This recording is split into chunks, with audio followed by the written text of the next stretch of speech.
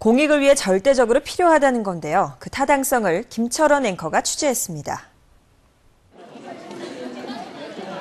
광주는 의료 인프라가 풍부한 편입니다. 2개의 대학병원에다 180개에 이르는 민간병원까지 병상 수만 2만 개가 넘습니다. 하지만 시민들에게 비싼 진료비는 늘 부담입니다. 가까운 그 집 앞에 개인 병원에 가서는 3분의 1가격이 안 나온 것입니다. 여기서는 좀 부담이 많이 되죠. 근데 이제 어쩔 수 없으니까 이런 거죠. 병원은 많지만 환자들의 선택은 넓지 않습니다. 하지만 공공병원이 있다면 얘기가 달라집니다. 자치단체가 운영을 책임지는 병원이 생기면 우선 진료비 부담이 확 줄어듭니다. 민간 병원들이 돈을 벌 목적으로 하는 과잉 진료가 없고 공공병원의 낮은 진료비가 다른 민간 병원들의 진료비 인상 경쟁을 억제하는 효과도 냅니다. 역시 시립병원이 갔더니 과잉 진료도 안 하고 정말 충분하게 해준다고 한다면 저는 다른 민간 병원들에게도 모범이 될 수 있어서 진료의 면이라든가 또 여러 가지 돈에 대한 그런 병원비 이런 문제도 모범이 될 수 있기 때문에 수익성이 낮아 일반 병원들이 개설을 꺼리는 진료과를 공익적 차원에서 열 수 있고 보험 비급여를 이유로 민간 병원들이 꺼리는 중증 환자들도 병원 눈치 보지 않고 치료를 받을 수 있습니다. 뇌출혈로 쓰러진 노모를 간병 중인 강순초 씨는 광주와 서울의 큰 병원에서 모두 쫓겨났었는데 도립 강진의료원에 와서야 안심할 수 있게 됐다고 말합니다. 천지차이라고 생각해요. 왜냐하면 그런 병원에서는 전전에 담보 쓸 필요한 걸 사오라고 하더만요. 개인이. 주사 바늘까지 서울에서는 주사 바늘까지 사오라고 하더만요.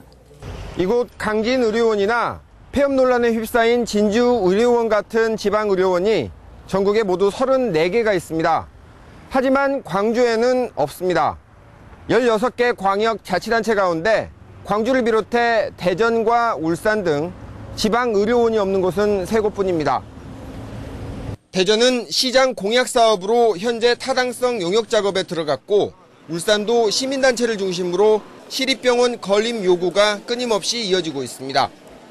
올해 10월경에 그 연구 용역이 나오면 이제 어느 정도 규모로 어느 지역에 지을 수 있을 것인지 이런 내용들이 이제 나올 건데요.